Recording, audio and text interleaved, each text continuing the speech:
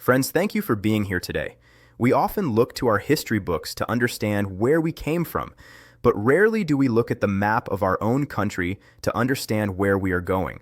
We live in a time of profound transition, where the certainties of the 20th century are melting away alongside the ice caps of the North. What if I told you that the key to Canada's economic future, and perhaps its very survival as a global power, lies in a frozen wilderness that most of us associate only with poetry, adventure novels, and the faded sepia photographs of the gold rush? And what if I told you that while we view this territory as a quiet backyard, the world's superpowers see it as the next great global theater, a chessboard where the pieces are already moving, and the stakes are nothing less than control over the trade routes and resources of the 21st century? This place is the Yukon. To the average Canadian living in Toronto, Vancouver, or Montreal, the Yukon is a concept more than a reality. It is the Great White North, a romantic backdrop for the stories of Jack London and the verses of Robert Service. It is a place of rugged beauty, fierce cold, and isolation. But this perception is a dangerous luxury.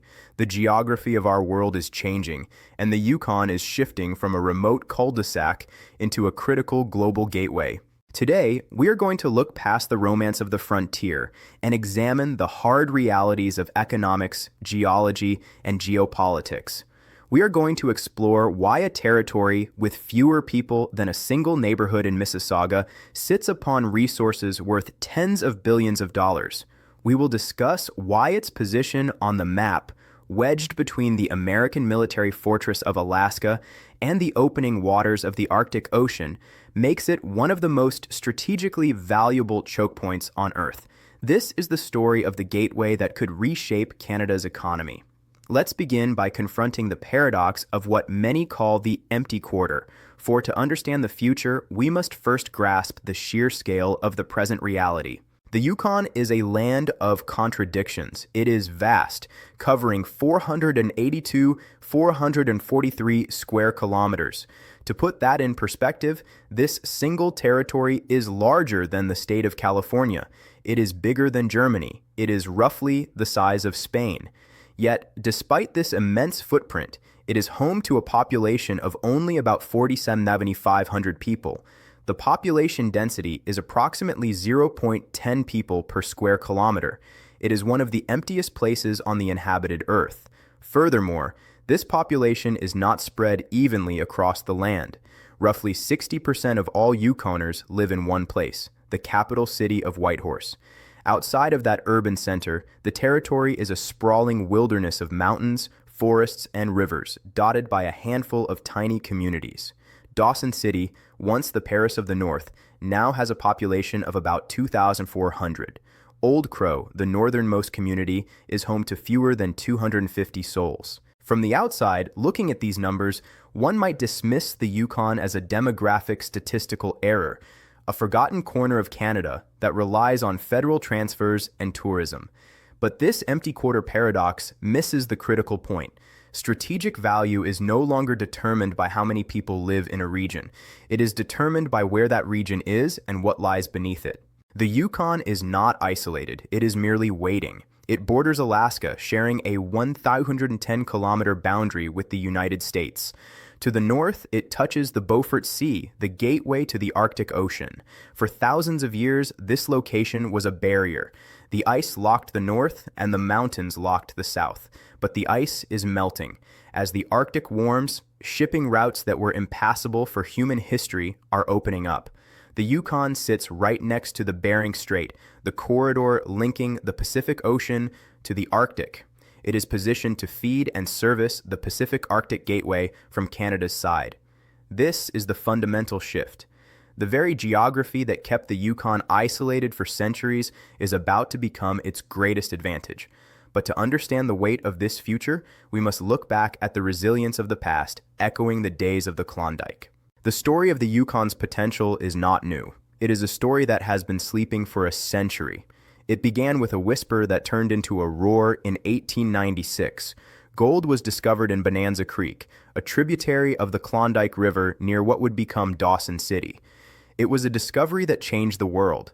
When the steamship Portland arrived in Seattle in 1897, carrying what would be the equivalent of $30 million in gold today. It triggered a mania that North America had never seen before. It was capitalism at its rawest. The Klondike gold rush was a great adventure story, yes, but it was also a brutal lesson in logistics and geography. Over 100,000 people from all walks of life, bank clerks, farmers, teachers, dreamers, dropped everything to attempt the journey to the Klondike. They were driven by the lust for gold, a rational insanity that compelled them to head into a frozen unknown. But the North is an indifferent gatekeeper. Of those 100,000 who started, only about 30,000 actually made it to the gold fields. They faced the Chilkoot Trail, known as the poor man's route. It was a punishing incline where the Canadian Northwest Mounted Police enforced a strict rule. To enter Canada, every stampeder had to bring 1 ton of goods, enough food and supplies to survive for a year. This meant climbing the icy golden stairs of the pass not once, but 20, 30, or 40 times, ferrying load after load on their backs. Those who survived the pass then had to build boats by hand at Lake Bennett and navigate 500 miles of the Yukon River, risking their lives in the Whitehorse Rapids. It was a testament to human endurance. Between 1896 and 1899, over $29 million in gold was pulled from the ground around Dawson, roughly $1 billion in today's money. For a brief moment, Dawson City was the largest city west of Winnipeg and north of Seattle. It had electricity, telephones, and opera houses. It was the Paris of the North, but as quickly as it rose, it fell. When gold was discovered in Nome, Alaska, the stampeders left. The population cratered, the infrastructure decayed. This history teaches us a vital lesson. The Yukon has always been a place of immense wealth, trapped by immense difficulty. The gold never ran out. Modern placer miners still extract tens of thousands of ounces annually using heavy machinery, but the boom and bust cycle became the rhythm of the North. Today, however, the stakes are different. The stampeders of 1898 were looking for personal fortune. The stakeholders of the 21st century are nations looking for strategic survival. The frontier spirit remains, the resilience required to live in a place where temperatures drop to minus 40 degrees, but the commodity has changed. We are no longer just talking about gold dust in a pan. We are talking about the minerals that power the digital age and the trade routes that connect continents. While history grounds us, geography is what is currently shifting beneath our feet, driving a revolution in the Arctic Ocean. For human history, the map of the world has been dictated by the equator. Trade flows east to west, hugging the warm belts of the planet. The Arctic was a blank space, a no-go zone marked by white ice. But climate change is rewriting the rules of navigation. The Arctic Ocean is undergoing a transformation. The thick blocks of multi-year ice are melting. According to the Canadian government and scientific consensus, by 2050, the Arctic Ocean will become an increasingly viable shipping route between Europe and Asia during the summer months. Some models predict that by the end of this century, there will be no polar ice cap at all during the height of summer. This sounds like an environmental tragedy, and in many ways, it is. But from an economic and logistical standpoint, it is a revolution. Consider the globe. If you look at a flat map, the route from Shanghai to Rotterdam looks like a straight line across the middle. But if you look at a globe, the shortest distance between the major markets of Asia and Europe is directly over the North Pole. Currently, a ship traveling from Shanghai to Rotterdam via the Suez Canal covers about 20,000 kilometers. It takes roughly 34 days. It must pass through political choke points, risk piracy in certain waters, and pay canal fees. We saw the fragility of this route when the Ever Given container ship got stuck in the Suez, paralyzing 12% of global trade for a week. Now consider the northern alternative. The same journey via the Northwest Passage, the route winding through Canada's Arctic archipelago, is approximately 14,000 kilometers. That is a 6,000 kilometer shortcut. It cuts the journey from 34 days down to about 20 days. For a shipping company, saving 2 weeks of time is transformative. It means millions of dollars saved in fuel. It means a ship can make more trips per year. It means avoiding the geopolitical instability of the Middle East and the bottleneck of the Strait of Malacca. There are two main routes opening up. The first is the Northern Sea Route, which hugs the coast of Russia. The second is the Northwest Passage, which hugs the coast of Canada. As the ice retreats, The Yukon sits at the western entrance of the North American route. Ships entering the Northwest Passage from Asia must pass through the Bering Strait, sail past Alaska, and navigate the Beaufort Sea right off the Yukon's northern coast. These ships cannot make the journey in a vacuum. They need refueling. They need deep water ports for repairs. They need search and rescue capabilities. They need navigational support and supplies. Right now, that infrastructure does not exist. But the demand is coming. We have already seen the first commercial bulk carriers and cruise ships like the Crystal Serenity navigate these waters. The gateway is opening. The question is whether Canada will be the toll collector and the harbor master, or if we will watch the ships pass by from the shore. This geographic shift also brings a legal dispute. Canada considers the Northwest Passage to be internal waters, subject to Canadian laws, environmental regulations, and transit fees. The United States and other nations view it as an international strait, free for all to pass. This is not just a diplomatic argument, it is a question of sovereignty.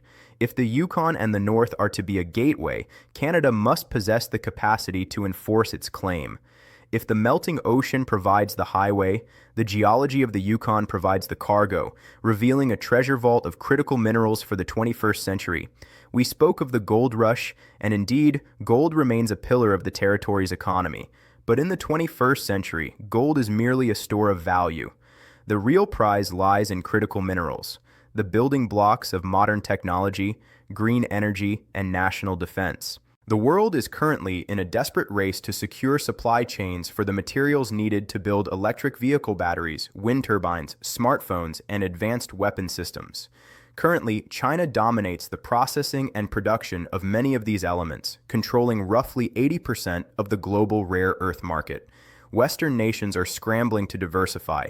They need a safe, stable, democratic source for these materials. They are looking at the Yukon. Buried beneath the Yukon's mountains is wealth that most Canadians don't even know exists. First, consider tungsten. The McTung deposit straddling the Yukon NWT border is one of the largest high-grade tungsten deposits on Earth, essential for heavy industry and military applications. Then there is zinc and lead.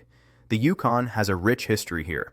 The Faro mine, which operated from 1969 to 1998, was once the largest open-pit lead-zinc mine in the world. While that mine is now a remediation site, the geology hasn't changed, and new deposits are being explored. We must also look at rare earth elements. The Nechalacho project and others in the region contain significant deposits of heavy rare earths, the most valuable and strategically important kind. These are the vitamins of modern industry. Finally, there are the battery metals. The territory hosts deposits of lithium, cobalt, nickel, and graphite. You cannot build a Tesla or a grid storage battery without these. The Yukon government has identified over 20 critical mineral projects in various stages of exploration. The mining sector is already the largest private sector employer in the territory, contributing hundreds of millions to the GDP. But this is just the tip of the iceberg. The potential here is to become the strategic stockpile for North America. As geopolitical tensions rise with China and Russia, the value of a cobalt mine in the Yukon goes beyond the market price of cobalt per ounce. Its value includes the security premium of being on Canadian soil. However, a mine is useless if you cannot move the ore, and this brings us back to the recurring theme of the North, the tyranny of distance. The Yukon's mineral wealth is trapped by geography. Infrastructure is limited. Getting heavy equipment in and concentrate out is incredibly expensive. We have the vault, but we are still struggling to build the key. We have discussed the economy of shipping and the economy of mining, but we must now turn our attention to the geopolitical front, where the Arctic is becoming a battleground. For decades, the Arctic was a zone of peace, a low-tension region where cooperation was the norm. That era is over. The Arctic is becoming a contested space, a new theater of great power competition. Russia, our neighbor across the pole, has taken a distinct approach. They view the Arctic as their primary future economic engine and a critical military buffer. Russia controls nearly half of the Arctic coastline, 24,000 kilometers. While the West has debated and hesitated, Russia has been building.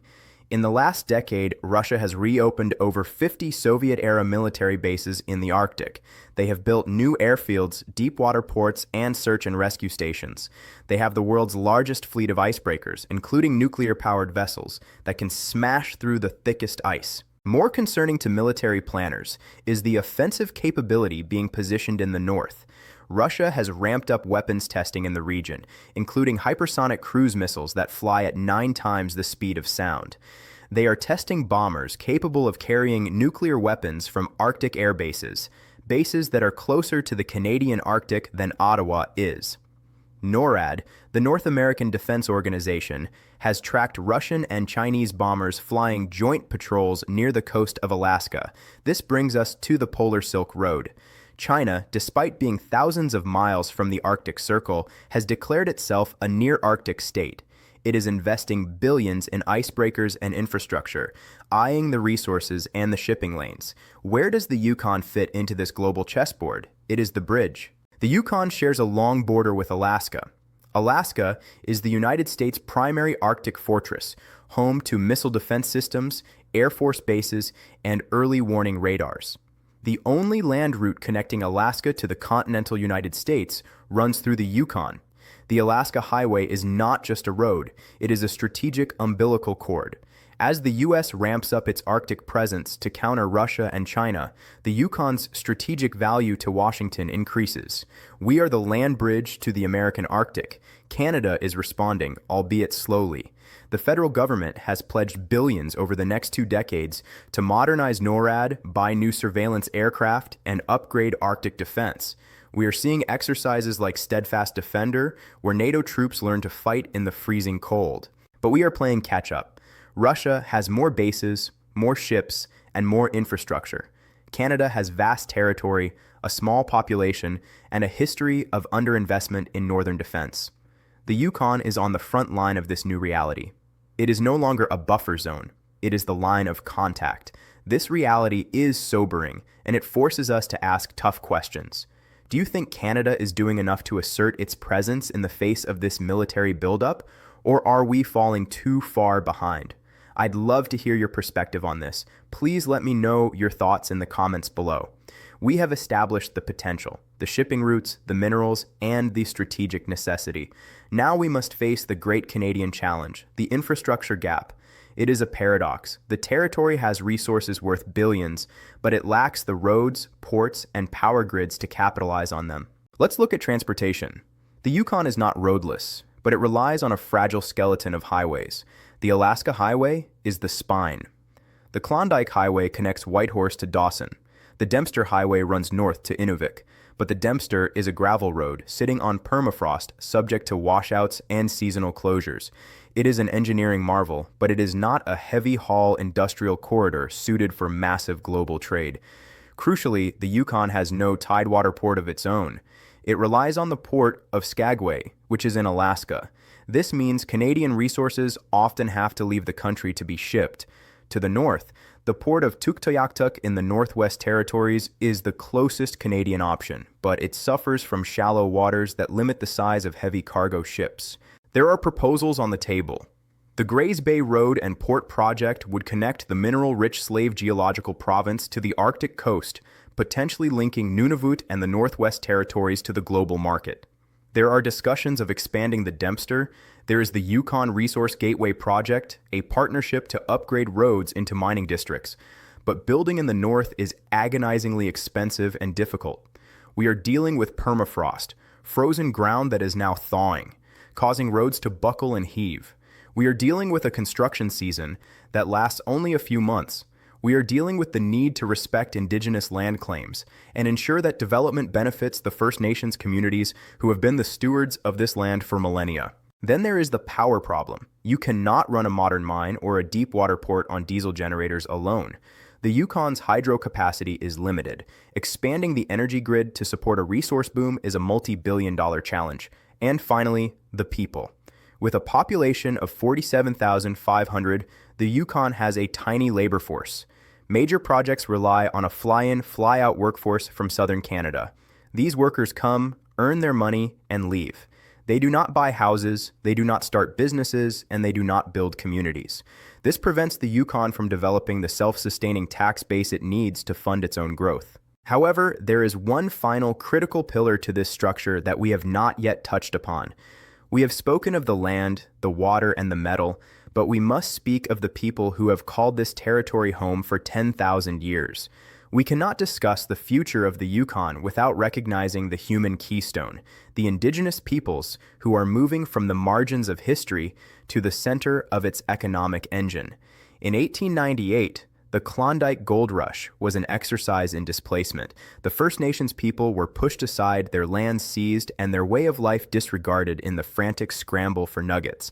But the 21st century Yukon is operating under a completely different paradigm, one that offers a competitive advantage unique in Canada and perhaps the world. The Yukon is a pioneer in modern treaty making. Unlike other regions in Canada where land rights remain vague or tied up in endless court battles, creating uncertainty for investors, the Yukon has the Umbrella Final Agreement signed in 1993. Today, 11 of the 14 Yukon First Nations are self-governing. They are not just stakeholders to be consulted, they are governments with the power to legislate, manage lands, and drive development. This provides something that capital markets crave: certainty. When a mining company comes to the Yukon today, they are not entering a zone of conflict. They are entering a jurisdiction with a clear rulebook for partnership. This has transformed the First Nations from passive observers into active shareholders. Yukon First Nations development corporations are now major players in the economy. They own the airlines that fly workers north. They own the telecommunications infrastructure that connects the communities. They are equity partners in renewable energy projects and mining ventures. This shift from consultation to equity fundamentally changes the economics of the North. It creates a model where wealth stays in the territory, reinvested by those who are permanently rooted there, rather than flowing entirely south to Toronto or New York.